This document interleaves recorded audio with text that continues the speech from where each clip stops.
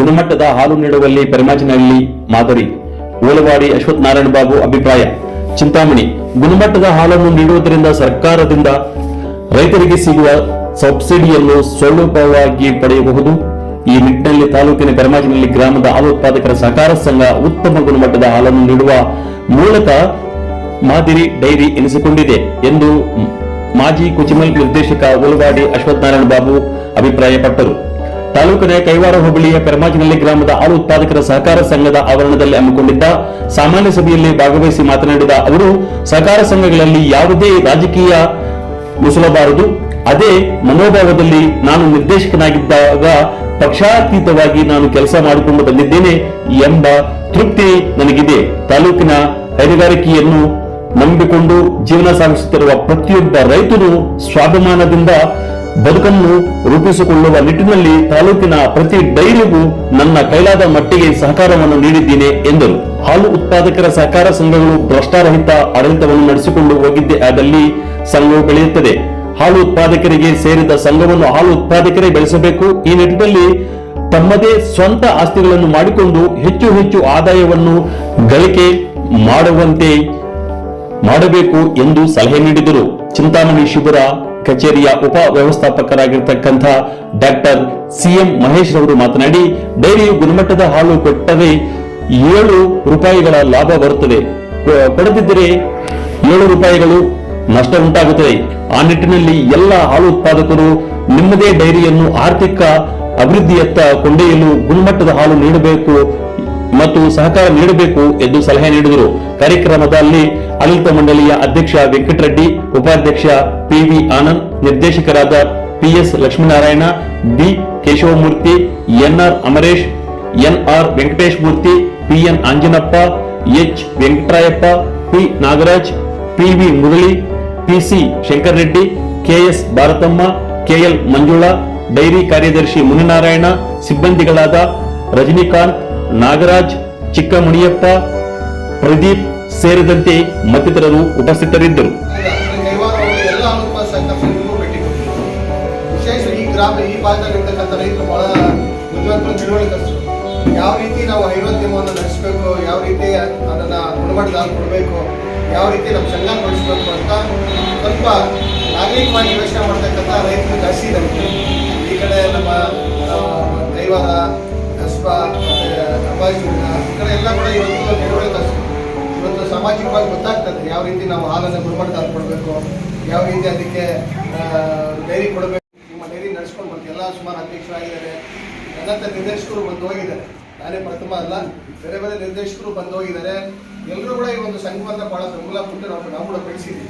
ಏನು ಒಪ್ಪಡದಿಂದ ಆಗ್ತಕ್ಕಂಥ ಕೆಲಸಗಳು ಇವತ್ತು ಒಪ್ಪಡದಿಂದ ಏನು ರೈತರಿಗೆ ಸೌಲಭ್ಯ ಕೊಡ್ಬೋದು ನಾವು, ಮತ್ತು ಏನು ಸಂಘಕ್ಕೆ ಕೊಡ್ಬೋದು ನಾವು, ಯಾವ ರೀತಿ ರೈತರನ್ನ ನಾವು ಇನ್ನೂ ಮೇಲ್ದರ್ಜೆಗೆ ಉತ್ತಮ ಗುಣಮಟ್ಟಕ್ಕೆ ಮತ್ತು ತಂತ್ರಜ್ಞಾನದಲ್ಲಿ ಅವರ ಮುಂದೆ ಕೊಂಡೊಯ್ಯಬೇಕು ಅನ್ನೋ ಉದ್ದೇಶಿತ ಎಲ್ಲ ಕಡೆ ಕೂಡ ಇವತ್ತು ನಾವು ಏನು ನಮ್ಮ ತಾಲೂಕಲ್ಲಿ ಸುಮಾರು 230 ಸಹಕಾರ ಸಂಘ ಕೆಲಸ ಮಾಡಿ, 215 ನಮ್ಮ ಜನರಲ್ ಸೊಸೈಟೀಸು, 23 ಮಹಿಳಾ ಸಹಕಾರ ಸಂಘಗಳು ಜನರಲ್ಲಿ ನೋಡಬೇಕು. ಮತ್ತು ಮಹಿಳಾ ಸಹಕಾರ ಸಂಘಗಳು ಈ ರೀತಿ ಇರೋದ್ರಿಂದ ನಮ್ಮ ಭಾಗದಲ್ಲಿ ಇವತ್ತಿಗೆ ನಮ್ಮ ಜಿಲ್ಲೆಯಲ್ಲಿ ಹಿಂದೆ ಕೋಲಾರ ಚಿಕ್ಕಬಳ್ಳಾಪುರ ಹಾಲು ಒಕ್ಕೂಟ ಇತ್ತು. ಈಗ ಸುಮಾರು 1 ವರ್ಷದಿಂದ ವಿಭಜನೆ ಆಯಿತು. ವಿಭಜನೆ ಆದಮೇಲೆ ಚಿಕ್ಕಬಳ್ಳಾಪುರ ಹಾಲು ಒಕ್ಕೂಟ ಆಗಿದೆ. ಈಗ ಹೊಸದಾಗಿ ಅದಕ್ಕೆ ಆಡಳಿತ ಮಂಡಳಿ ಬರಬೇಕಾಗ್ತದೆ. ನಾನು ಕೂಡ ಒಬ್ಬ ಮಾಜಿ ನಿರ್ದೇಶಕ, 1-1.5 ವರ್ಷದಿಂದ ನಾವು ಅಧಿಕಾರದಲ್ಲಿಲ್ಲ. ಆದರೆ ನಮ್ಮ ಮೇಲೆ ಒಂದು ಪ್ರೀತಿ, ವಿಶ್ವಾಸ, ಒಂದು ಗೌರವದಿಂದ ನೀವು ಸಭೆ ಬರಬೇಕು ಅಂತ ನನ್ನ ಆಹ್ವಾನ ಪತ್ರಿಕೆಯಲ್ಲಿ ಹಾಕಿ ಇವತ್ತು ಮಾಡೋದ್ರಿಂದ ನಿಮ್ಮೆಲ್ಲರಿಗೂ ನಾನು ಚಿರಋಣಿ. ಇವತ್ತು ನನ್ನನ್ನು ಕರೆಸಿ ಮಾತಾಡಲಿಕ್ಕೆ ಅವಕಾಶ ಕೊಡ್ತೇನೆ. ನೀವು ಯಾವ ರೀತಿ ಒಕ್ಕೂಟ ನಡ್ಕೊಂಡು ಬಂದಿದೆ 10 ವರ್ಷ ಕೂಡ ನಾನೇ ಪಕ್ಷಾತೀತವಾಗಿ ಯಾರೇ ಅಧ್ಯಕ್ಷ ಇರುವುದು ನಿಮ್ಮ ಸಂಘದಿಂದ ನನಗೆ ಪ್ರತ್ಯಕ್ಷವಾಗಿ ಭರವಸೆ ಯಾರು ಹೇಳೋದಿಲ್ಲ. ನನ್ನನ್ನು ನಿರ್ದೇಶನಾಗಿ ಆಯ್ಕೆ ಮಾಡಬೇಕಂದ್ರೆ ಎಲ್ಲರೂ ಕೂಡ ಸಹಕಾರ ಮಾಡ್ಕೊಂಡು ಬಂದಿದೆ.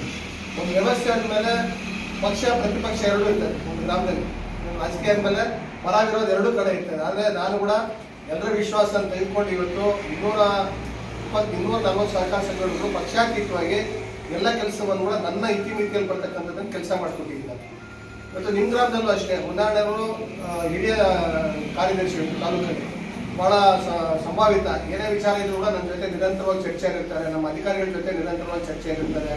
ಸಂಘಕ್ಕೆ ಸಂಬಂಧಪಟ್ಟಂತೆ ನಾನು ಫೋನ್ ಮಾಡ್ತೇನೆ, ಇಂಥ ಕೆಲಸ ಆಗ್ಬೇಕು, ಇಂಥ ಕೆಲಸ ಆಗ್ಬೇಕು ಅಂತ. ಇಲ್ಲಿ 30 ಲಕ್ಷ 40 ಲಕ್ಷ ದುಡ್ಡು ಇರ್ತಕ್ಕಂಥ ಸಂಘಗಳು ಇದ್ದಾವೆ ಈ ಭಾಗದಲ್ಲಿ. ಕಾರಣ ಏನಂದರೆ ಇರ್ತಕ್ಕಂಥ ಕಮಿಟಿ ಯಾರೇ ಅಧ್ಯಕ್ಷ ಇರ್ಬೋದು, ದುರುಪಯೋಗ ಇರೋದಿಲ್ಲ.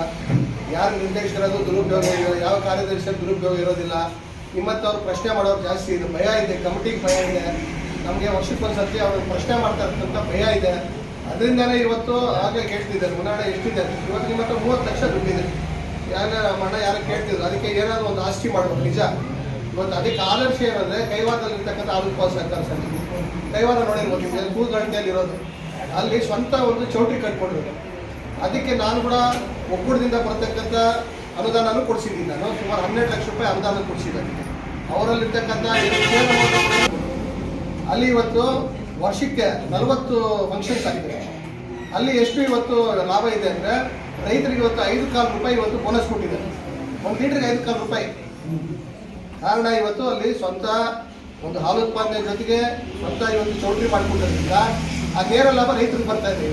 ಸೊ ಈ ಥರ ಸಂಘಗಳು ಬೆಳಿಬೇಕು.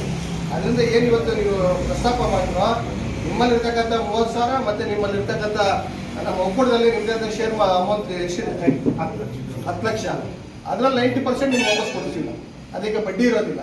ಸೊ ಒಂದು 30 ಒಂದು 10 40 ಲಕ್ಷ ಎಲ್ಲಾದರೂ ಇವತ್ತು ಸಭೆಯಲ್ಲಿ ನಿರ್ಣಯ ಮಾಡಿ, ಕಮಿಟಿಯವರು ಇದ್ದಾರೆ, ವೆಂಕಟರಮಣ ಮತ್ತು ಎಲ್ಲ ಲಕ್ಷ್ಮಣ ಎಲ್ಲ ಇದ್ದಾರೆ, ಭಾರತ ನೋಡಿರೆಲ್ಲ ಒಂದು ನಿರ್ಣಯ ತಗೊಳ್ಳಿ. ಆ 30 ಲಕ್ಷ ಡೆಪಾಸಿಟ್ ಇದ್ದರೆ ಕಮ್ಮಿ ನಿಮಗೆ ಇಂಟ್ರೆಸ್ಟ್ ಕೊಡುತ್ತೆ. ಯಾಕಂದ್ರೆ ನಿಮ್ಮ ಗ್ರಾಮ ಮೇನ್ ರೋಡಲ್ಲಿ ಇರೋದ್ರಿಂದ ಒಂದು ಸ್ವಂತ ಜಾಗ ತೆಗೆದು ನಮ್ಮ ಡೈರಿ ಹೆಸರು ಮಾಡಿಟ್ಟಿದ್ರೆ ಮುಂದಿನ ದಿವಸ ಯಾರಿಗೆ ಸೇರ್ತದೆ, ನಿಮ್ಮ ಸಂಘಕ್ಕೆ ಸೇರ್ತದೆ. ನೀವುಗಳು ಎಲ್ಲ ಒಂದು ಕಡೆ ಇವತ್ತು ಬ್ಯಾಂಕ್ಗೋ ಅಥವಾ ಬೇರೆ ಆಫೀಸ್ಗೋ, ಯಾಕೆಂದರೆ ನಿಮಗೆ ಇವತ್ತು ಮಸ್ಸೇನಹಳ್ಳಿ ಕೈವಾರ ಭಾಗದಲ್ಲಿ ಇವತ್ತು ವಿಶೇಷವಾಗಿ ಇವತ್ತು ಕೈಗಾರಿಕೆ ಪ್ರದೇಶ ಆಗ್ತಾ ಇರೋದ್ರಿಂದ, ಇವತ್ತು ಮಸ್ಸೇನಹಳ್ಳಿ ಮತ್ತು ಕೈವಾರ ಪಟ್ಟಣ ಪಂಚಾಯತಿ ಆಗಿರೋದ್ರಿಂದ ನೀವು ಕೂಡ ನಾಳೆ ಬೆಳಗ್ಗೆ ಬಾಡಿಗೆ ಬರೋದು, ಅದರಲ್ಲಿ ಬರ್ತಕ್ಕಂಥ ಲಾಭನ ವರ್ಷಕ್ಕೊಂದ್ಸತಿ ಬೋನಸ್ ಮುಖಾಂತರ ಕೊಡೋದು, ಇಷ್ಟೆಲ್ಲ ಯಾರಿಂದ ರೈತರಿಂದ. ಬೇರೆ ಎಲ್ಲೂ ಇಲ್ಲ. ಇವತ್ತು ನೀವು ಏನು ಲಾಭ ಬಂದಿದೆ ಅದ್ರಲ್ಲಿ 65% ಬೋನಸ್ ಇವತ್ತು ರೈತರಿಗೆ ವಾಪಸ್ ಕೊಡ್ತಾರೆ ಪ್ರತಿ ವರ್ಷ. ಸೊ ಈ ರೀತಿ ಇದನ್ನ ನಮ್ಗೇನಂದ್ರೆ ಗುಣಮಟ್ಟದ ಹಾಲು ಕೊಡಬೇಕು. ಯಾಕಂದ್ರೆ ಸಂಘದಲ್ಲಿ ಹಣ ಉಳ್ಕೊಂಡಿದ್ರೆ ನೀವು ಗುಣಮಟ್ಟದ ಹಾಲು ಕೊಟ್ಟಿರೋದಕ್ಕೆ ಉಳ್ಕೊಂಡಿದೆ. ಯಾವಾಗ ನಾವು ಗುಣಮಟ್ಟದ ಹಾಲು ಕೊಡಲಿಲ್ಲ ಅಂದ್ರೆ ಇವತ್ತು ಸರ್ಕಾರದ 5% ಪ್ರೋತ್ಸಾಹ ಬರುತ್ತೆ. ಇವತ್ತು ಎಲ್ಲ ಜನಾಂಗಕ್ಕೂ ಕೂಡ ಜೂನ್ 2025 ಕೂಡ ಅಮೌಂಟ್ ಬಂದಿದೆ, ಎಲ್ಲರಿಗೂ ಬಂದಿದೆ. ಇನ್ನು ಬರೀ ಜುಲೈ ಆಗಸ್ಟ್ 2 ತಿಂಗಳು ಮಾತ್ರ ಬಾಕಿ ಇದೆ.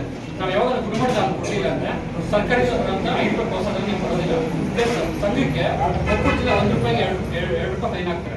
ಸೊ 7 ರೂಪಾಯಿ ಲಾಸ್ ಆಗುತ್ತೆ 1 ಲೀಟರ್ಗೆ. ನೀವು ಗುಣಮಟ್ಟದ ಹಾಲು ಕೊಡಲಿಲ್ಲ ಅಂದ್ರೆ ನಿಮ್ಗೆ 5 ರೂಪಾಯಿ ಲಾಸು, ಸಂಘಕ್ಕೆ 2 ರೂಪಾಯಿ ಲಾಸು, ಒಟ್ಟು 7 ರೂಪಾಯಿ ಲಾಸ್ ಆಗುತ್ತೆ. ಸೊ ನೀವು ಗುಣಮಟ್ಟದ ಹಾಲು ಕೊಟ್ಟರೆ ಸಂಘಕ್ಕೆ ಪ್ರತಿ ಲೀಟರ್ಗೆ 2 ರೂಪಾಯಿ ಲಾಭ ಇರ್ತದೆ. ಅವಾಗ ಸಂಘದ ಲಾಭಾಂಶ ಕೂಡ ಚೆನ್ನಾಗಿರ್ತದೆ. ಮತ್ತೆ ವರ್ಷ ಆದ್ಮೇಲೆ ನಿಮ್ಗೆ ಬರೋ ಲಾಭ ಕೂಡ ಜಾಸ್ತಿ ಇರ್ತದೆ. ಸೊ ಅದಕ್ಕೋಸ್ಕರ ನಿಮ್ಮ ಸಂಘದಲ್ಲಿ ಆಲ್ರೆಡಿ ಇವತ್ತು ಫ್ಯಾಟ್ ಮೇಲೆ ರೇಟ್ ಕೊಟ್ಟಿದ್ದಾರೆ. ಇವತ್ತು 3-5 ಫ್ಯಾಟ್ ಬರೋದಕ್ಕೆ 34 ರೂಪಾಯಿ ಬರುತ್ತೆ. ಅದೇ 3-6 ಫ್ಯಾಟ್ ಬಂದರೆ ಒಂದು ಫ್ಯಾಟಿಗೆ 25% ಜಾಸ್ತಿ ಬರುತ್ತೆ. ಆ ರೀತಿ ಇನ್ನೊಂದು ಫ್ಯಾಟಿಗೆ 25% ಜಾಸ್ತಿ ಬರುತ್ತೆ. MLಗೆ ಇವತ್ತು 6-1 ಫ್ಯಾಟ್ ಬರುತ್ತೆ, 40. ಸೊ ಇದೇ ರೀತಿ ಮುಂದಿನ ದಿನಗಳು ನಡೆಸ್ಕೊಂಡು ಹೋಗಿ ಇವತ್ತು ನಿಮ್ಮ ಸಂಘದಲ್ಲಿ BMC ಇದೆ. BMCಯಿಂದ ಕೂಡ ಸುಮಾರು 1,20,000 ರೂಪಾಯಿಷ್ಟು ಲಾಭ ಬಂದಿದೆ. ಸೊ ಇವೆಲ್ಲ ಇವತ್ತು ಏನು ಒಂದು ನಿಮ್ಮ ಸಂಸ್ಥೆ ಚೆನ್ನಾಗಿ ನಡೆಸ್ಕೊಂತಾರೆ ಅಂದರೆ ಇಷ್ಟೆಲ್ಲ ಲಾಭ ಬಂದಿದೆ. ಮತ್ತು ಮುಂದಿನ ದಿನಗಳಲ್ಲಿ ರೈತರಿಗೆ ಕೂಡ ಇನ್ಶೂರೆನ್ಸ್ ಇದೆ, ಜೀವನ ವಿಮೆ ಯೋಜನೆ ಅಂತಬಿಟ್ಟು ನೆಕ್ಸ್ಟ್ ತಿಂಗಳಲ್ಲಿ ಬರ್ತಿದೆ. ಅದು ಯಾವ ರೀತಿ ಅಂದರೆ ಇವತ್ತು 18ರಿಂದ 59 ವರ್ಷ ವಯೋಮಿತಿಯಲ್ಲಿ ನಮ್ಮಲ್ಲಿ ಶೇರ್ದಾರ್ ಆಗಿದ್ದರೆ 50% ಸಬ್ಸಿಡಿ ಕೊಡ್ತೀವಿ. ನಮ್ಮಲ್ಲಿ ಶೇರ್ದಾರ್ ಆಗಿರೋಬಿಟ್ಟು ಬೇರೆ ಕೂಡ ಕಟ್ತೀವಿ ಅಂದರೆ ಅವ್ರು 100% ಪ್ರೀಮಿಯಂ ಕಟ್ಬೇಕು. ಈ ಪ್ರೀಮಿಯಂ ಬಂದು 980 ರೂಪಾಯಿ ಕಟ್ಬೇಕು ಇತ್ತು. ಅದರಲ್ಲಿ ಅರ್ಧ ಸಬ್ಸಿಡಿ 490 ರೂಪಾಯಿ ಊಟ ಕೊಡುತ್ತೆ, 490 ರೂಪಾಯಿ ನೀವು ಕಟ್ಟಬೇಕು. ನಮ್ಮಲ್ಲಿ ಶೇರ್ದಾರ್ ಆಗಿಲ್ಲ 980 ರೂಪಾಯಿ ಕಟ್ಟಬೇಕು. ಈ ಯೋಜನೆಯಲ್ಲಿ ನೋಂದಾಯಿಸಿ ಯಾರಾದರೂ ರೈತರು ಮರಣ ಹೊಂದಿದ್ರೆ ಅವ್ರ ನಾಮಿನಿಗೆ ಯಾರು ನಾಮಿನಿ ಮಾಡಿದ್ರು, ಹೆಂಡತಿ ಆಗಲಿ ಮಕ್ಕಳಾಗಲಿ, ಅವ್ರಿಗೆ 1 ಲಕ್ಷ ರೂಪಾಯಿ ಅಮೌಂಟ್. ಇದು ಪ್ರತಿ ವರ್ಷ ಜುಲೈ ತಿಂಗಳಲ್ಲಿ ಬರ್ತಿತ್ತು. ಇದು ಕೋಲಾರ ಚಿಕ್ಕಬಳ್ಳಾಪುರ ಡಿವೈಡ್ ಆಯಿತು, ಈ ಸಲ ಲೇಟ್ ಆಯಿತು. ಇವತ್ತು ನೆಕ್ಸ್ಟ್ ತಿಂಗಳಲ್ಲಿ ಬರ್ತಿದ್ದೆ. ಸೊ 990 ರೂಪಾಯಿ ಪ್ರೀಮಿಯಂ ಇದೆ, ಅದ್ರ ಅರ್ಧ ಕಟ್ಟಬೇಕು. ನಮ್ಮಲ್ಲಿ ಶೇರ್ದಾರ್ 490 ರೂಪಾಯಿ ಕಟ್ಕೊಂಡ್ರೆ ಸೊ ಅವ್ರೇನಾದರೂ 1 ವರ್ಷದ ಅವಧಿಯಲ್ಲಿ ಯಾರಾದರೂ ಮರಣ ಹೊಂದಿದ್ರೆ ಅವ್ರು ನಾಮಿನಿಗೆ 1 ಲಕ್ಷ ರೂಪಾಯಿ ಕೊಡ್ತಿದ್ದೆ. ಸೊ ಎಲ್ಲ ರೈತರು 69 ಲಕ್ಷ ಕೂಡ ಟೈಮ್ ಇಟ್ಟಿದ್ದಾರೆ. ಸೊ ಎಲ್ಲರೂ ಮಾಡ್ಕೊಳ್ಳಿ. ನೀವು ಪ್ರೈವೇಟ್ ನಾವು ಇನ್ಶೂರೆನ್ಸ್ ಮಾಡೋಕೆ ಹೋದರೆ 60 ವರ್ಷ ಮೇಲೆ ಯಾರು ಕೊಡ್ತಿದ್ದಾರೆ. ಯಶಸ್ವಿನಲ್ಲಿ ಆ ರೀತಿ ಇಲ್ಲ. ಒಂದು ಹುಟ್ಟಿದ ಮಗುವಿಂದ ಹಿಡಿದು ಅವರು ಎಷ್ಟು ವರ್ಷ ಆಗಿ 90 ವರ್ಷ ಆಗಿ 100 ವರ್ಷ ಆಗಿದೆ ಅವ್ರಿಗೆಲ್ಲರೂ ಕೂಡ ಯಶಸ್ವಿನಿ ಕಾರ್ಡ್. ಸೊ ಇದು ಉಪಯೋಗಿಸ್ಕೊಳ್ಳಿ. ಇವತ್ತು 5 ಲಕ್ಷ ರೂಪಾಯಿ ಕೂಡ ಇರ್ತದೆ ಒಂದು ಕುಟುಂಬಕ್ಕೆ. 4 ಜನಕ್ಕೆ 1 ವರ್ಷದಲ್ಲಿ ಮ್ಯಾಕ್ಸಿಮಮ್ 5 ಲಕ್ಷ ರೂಪಾಯಿ ಕೂಡ ನೀವು ತೊಗೊಬೋದು. ಫಸ್ಟ್ ನೀವು ಹಾಸ್ಪಿಟಲ್ಗೆ ಹೋಗ್ಬಿಟ್ಟು ಕಾರ್ಡ್ ತೊಗೊಂಡೋಗಿ, ಯಶಸ್ವಿನಿ ಕಾರ್ಡ್ ಕೊಟ್ಟಿದ್ದಿಲ್ಲ, ಯಶಸ್ವಿನಿ ಕಾರ್ಡು ಮತ್ತು ರೇಷನ್ ಕಾರ್ಡು 2 ಕಂಪಲ್ಸರಿ ತೊಗೊಂಡೋಗಿ ನೀವು ಹೋಗಿ ಬೇಕಾದ್ರೆ ನಿಮ್ಗೆ ಅರ್ಧೇಶ್ ಮುಖಾಂತರ ತಿಳಿಸ್ಕೊಟ್ರೆ ನಮ್ಗೆ ಯಶಸ್ವಿನಿ ಕೋರ್ಡಿನೇಟರ್ ಅಂತಿದ್ದಾರೆ, ನಾಗರಾಜ್ ಅಂತಿದ್ದಾರೆ. ಅವ್ರು ನಾವು ಹೇಳಿದ್ರೆ ಅವ್ರು ಹಾಸ್ಪಿಟಲಲ್ಲಿ ಫೋನ್ ಮಾಡಿ ಹೇಳ್ತಾರೆ. ಮತ್ತು ಪ್ರತಿ ನಮ್ಮ ನೆಟ್ವರ್ಕ್ ಇರೋ ಹಾಸ್ಪಿಟಲಲ್ಲಿ ಯಶಸ್ವಿನಿ ಬೋರ್ಡ್ ಕೂಡ ಹಾಕಿದ್ದಾರೆ, ಯಶಸ್ವಿನಿ ನೆಟ್ವರ್ಕ್ ಹಾಕಿ.